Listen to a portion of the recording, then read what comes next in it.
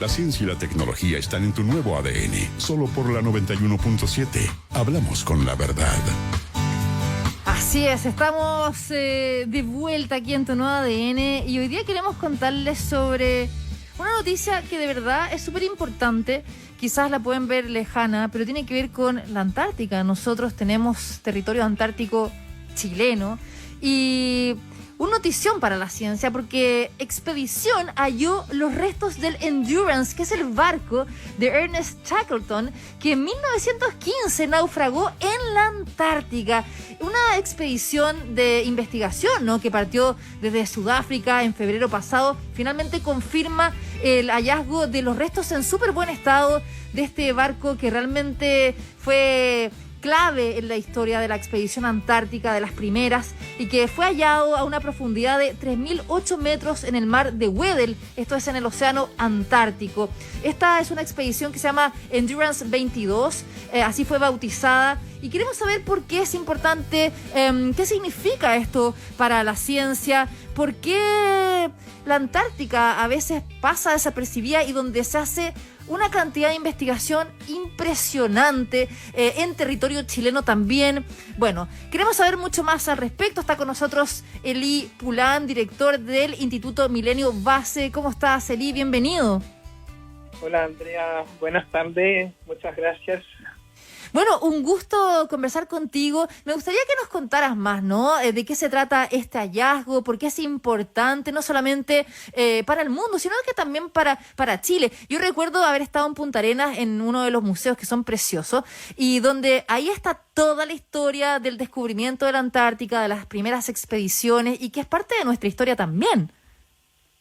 Claro, de hecho, para lo que pasean ahí en la costanera de Punta Arenas, ahora hay un monumento al piloto Pardo, que el chileno que ha tenido un rol protagonista y que permitió un final feliz de toda esa historia. Y por eso que yo creo que esa historia de Shackleton en su conjunto está muy ligada a Chile en el rescate que se logró hacer hace más de 100 años atrás. Sí, eso es realmente impactante. O sea, cómo finalmente la ciencia y la tecnología ayudan a encontrar este barco que, bueno, Ernest Shackleton ha sido gran personaje en la historia y que finalmente, ¿esto qué puede entregar a la sociedad, no? ¿Qué crees tú como científico? Mira, yo creo que primero es muy importante esa historia, ese descubrimiento, porque está mezclando un poco varias de la historia imaginaria que uno tiene en mente. La búsqueda de un tesoro, por ejemplo, sabemos que muchos de los equipos del entrenamiento que existe han sido en búsqueda de naufragio, más bien para encontrar algunos oro, monedas, etcétera, que se ha desarrollado esos programas de búsqueda de buque hundido, pero también se mezcla ahí con los aventureros, lo que partieron hace más de 100 años en tratar de lograr cruzar toda la Antártica por la primera vez y que quedaron atrapados ahí en condiciones extremas, arriesgando su vida. Y lo increíble, yo creo, de esa historia es su final feliz, ya que a pesar de la terrible condición, la pérdida de su buque, Shackleton logró rescatar con vida la tripulación entera. Y como lo he dicho al principio, gracias en particular a la intervención de Chile, mandando un joven marinero experimentado a hacer ese rescate que había fallido varias veces. Exactamente. Bueno, hay que contar que tras el naufragio del Endurance, que se había quedado atrapado también y dañado por el hielo con sus 28 tripulantes a solo 160 kilómetros de la Antártica, Shackleton, ¿no?, que vivió entre 1874 y el año 1922, dirigió a sus hombres por el hielo en botes salvavidas hasta la isla Elefante, donde también la gran mayoría sobrevivió meses alimentándose de focas y pingüinos. O sea, realmente fue, una situación de película, por decirlo así, y como tú ahí decías, la importante misión estuvo a cargo del teniente chileno Luis Pardo en este rescate, y que a veces se ha dejado de lado, no se le da el mérito que corresponde. ¿Cómo ves tú su nombre, su trabajo en esta historia? Yo creo que ha sido reconocido en su tiempo, sido por el Reino Unido, que había logrado salvar la tripulación.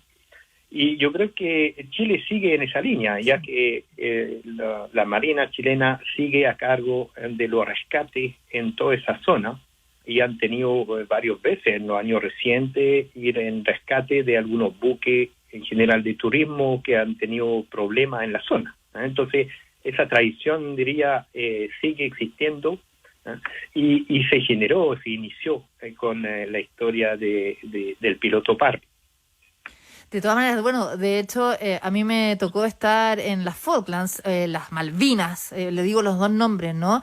Y hay ahí reconocimiento también al piloto Pardo. Hay una estatua muy bonita, porque para quienes no saben esta historia, que después de que, sucede toda esta tragedia, por decirlo así, 17 días y 1.300 kilómetros después llegaron a un centro ballenero, y 4 meses después regresaron a la isla para rescatar con vida a estos 22 compañeros que se habían quedado atrás. Y ahí, como mencionábamos, ¿no?, esta misión a cargo del teniente chileno Luis Pardo, quien al mando del Yelcho, que fue un pequeño barco a vapor, llegó hasta la isla Elefante y pudo lograr este rescate muy rápido, que ha sido históricamente nombrado en Chile, pero no a nivel internacional. Te lo pregunto porque esto ha sido como una gran noticia a nivel internacional, pero no se nombra mucho al piloto Pardo, ¿ves? Sí, es cierto. Yo creo que sí, la persona que se interesa o que lean un poquito más, inmediatamente van a aparecer ese lado de la historia, y la que le da su final feliz. Exacto. Pero claro, Shackleton está más asociado justamente a ese angustia de un buque atrapado en medio del hielo, que se ve destruyéndose y hundiéndose, dejando su tripulación en el medio de la nada. Claro. Ahora, yo te quiero preguntar, Eli, dos cosas. Uno es este hallazgo, ¿no?, que se encuentra en el fondo del mar de Weddell, que tú has estado ahí, conoces las condiciones climáticas. ¿Cómo es una expedición de este tipo para encontrar una embarcación hundida? Cuéntanos un poco qué es lo que esto significa. Bueno, yo la verdad que desde el principio, casi la expedición, que estoy siguiendo en redes sociales, la información que ellos mandan, y la verdad es que yo pensaba que había poca esperanza, porque el hielo algo se mueve mucho. Si bien había una posición del barco al momento que se hundió, una aproximación, porque no existía GPS, y sabemos que los hielos se mueven, que hay corriente, era algo bien difícil de pensar que se iba a encontrar, más aún en un mar que está con mucho hielo y donde uno no se puede desplazar como quiere. Entonces, y veíamos pasar los días y sin encontrar finalmente el buque. Y esta mañana se dio a conocer que ese hallazgo, y fue realmente una sorpresa, para mí. La condición del mar de Weddell son realmente extremas. Se concentra una cantidad de hielo muy importante, porque a pesar que en este momento mucha parte del hielo se quebró, sigue siendo un montón de hielo flotante que dificultan la navegación. Solamente se puede ir con rompehielo. Nosotros hemos podido llegar a esa zona gracias al rompehielo Biela, que ya no existe. Se está esperando y se está construyendo por parte de Chile un nuevo rompehielo para de nuevo acceder a esas zonas. Y aquí en este caso usaron un rompehielo de Sudáfrica para lograr entrar en esa zona. ¿Y qué se hace con un hallazgo así? ¿Queda ahí en las profundidades y en el fondo se da a conocer esta noticia de que se sabe que está ahí? ¿Se rescata? Porque es muy difícil también con lo que significa levantar un barco de este tipo. Sí, existe también una experiencia para reflotar naves, más aún cuando está en buena condición. Ahora, no sé,